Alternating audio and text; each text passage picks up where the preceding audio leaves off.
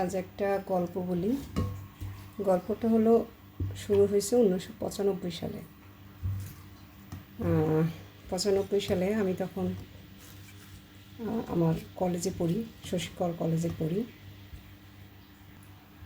তো তখন আমি যখন সেকেন্ড ইয়ারে পড়ি, ইন্টারমিডিয়েট, তখন ফার্স্ট ইয়ারে একটা মেয়ে ভর্তি হলো।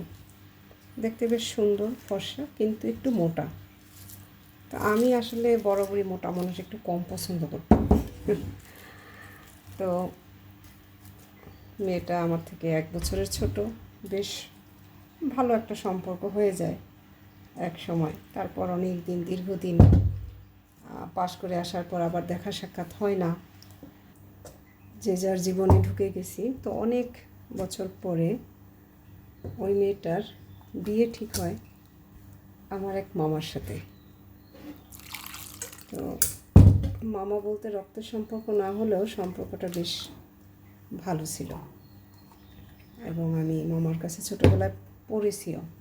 তো হয়ে গেল সে মামি। কিন্তু সে আমাকে আর মামি ডাকে না, তার মামি ডাকতে ভালো লাগে না আমাকে।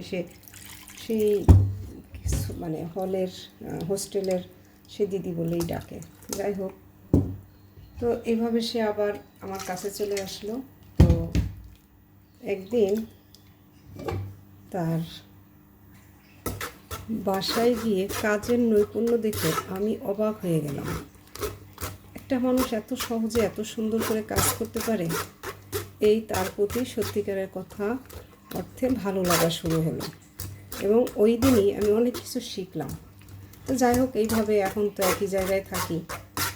সে আমাদের এখানকার উন্নতি গার্লস স্কুলের শিক্ষক। আমি আসলে শিল্পীর কথা বলছি, আজ যার বাসায় আসি আর কি।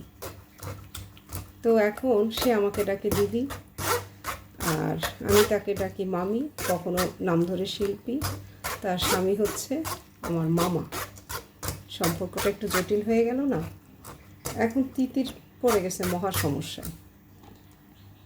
কী ডাকবে, কী বলে সম্বোধন করবে? মাকে ডাকে দিদি, তাহলে তো মাসি হয়। আবার মা ডাকে মামি, তাহলে দিদা হয়।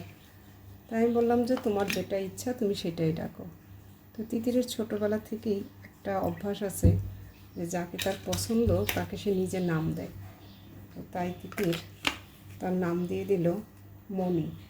সে মা, আমি যদি তাকে মনি বলে ডাকি সে কি রাগ করবে?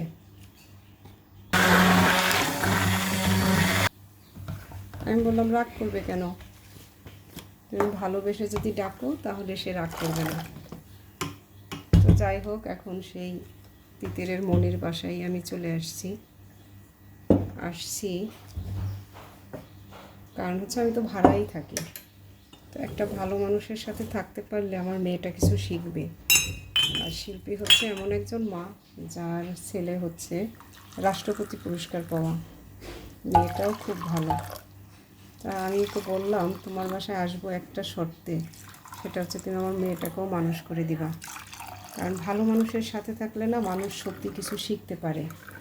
আর আমিও মনে করি এমন মানুষের সাথে থাকা উচিত যে মানুষটা আমার থেকে অনেক বেশি জানে বা পারে, তাহলে আমি তার কাছ থেকে কিছু নিতে পারবো বা শিখতে পারবো। তো আমি এখন গ্রিন জুসটা কিন্তু সবার জন্য বানালাম। তিতির সেখানে বসেই ওর মনির কাছে পড়ে, তো এই জন্য সবার জন্য গ্রিন জুস। অনেক বড় একটা গল্প, শুনতে না ইচ্ছা করলে চলে যাবেন।